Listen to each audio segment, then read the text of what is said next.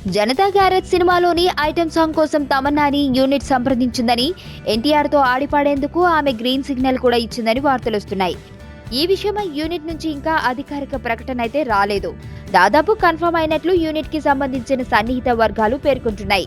ఇప్పటికే ఈ పాట కోసం తమన్నా కసరత్తులు కూడా మొదలెట్టేసింది. ఇప్పుడు తాజాగా మరో వార్త వెలుగులోకి వచ్చింది. ఈ ఐటెం సాంగ్ చిత్రీకరణను ఓ రాత్రిలోనే ముగించేయాలని మూవీ మేకర్స్ ప్లాన్ చేస్తున్నారట. సెప్టెంబర్ 2న విడుదల తేదీగా ప్రకటించింది యూనిట్. అంతలోపు పోస్ట్ ప్రొడక్షన్ తో పాటు ఇతర కార్యక్రమాల కోసం ఎక్కువ సమయం కేటాయించాల్సి ఉంటుంది. కాబట్టి ఈ ఒక్క పాట కోసం రోజుల తరబడి సమయం వృధా చేయకుండా ఒక్క రాత్రిలోనే కంప్లీట్ చేయాలని యూనిట్ నిర్ణయం తీసుకుందట.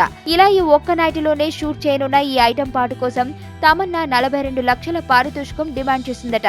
ఈ మిల్కీ బ్యూటీకి ఉన్న క్రేజ్ దృష్ట్యా అంత మొత్తం ఇచ్చేందుకు మేకర్స్ పచ్చజెండా ఊపేశారని సమాచారం. ఈ లెక్కన తమన్నా ఒక్క నైట్ షూట్ తోనే 42 లక్షలు తన ఖాతాలో జమ చేసుకుంటుందన్నమాట.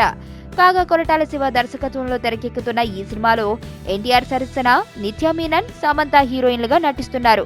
మోహన్ లాల్ ప్రముఖ పాత్రలో నటిస్తున్నారు. ఈ చిత్రంలో మరో మలయాళ యాక్టర్ ఉన్ని ముకుందన్ నెగిటివ్ షేడ్స్ లో ఉన్న పాత్రలో కనిపిస్తున్నాడు. దేవిశ్రీ ప్రసాద్ అందించిన ఆడియోని ఆగస్టులో విడుదల చేసేందుకు సన్నాహాలు చేస్తున్నారు. ప్రేమంటే బబ్లుగం లాంటిది. ఫస్ట్ తీయ ఉంటది, తర్వాత సప్పగా అవుతుంది.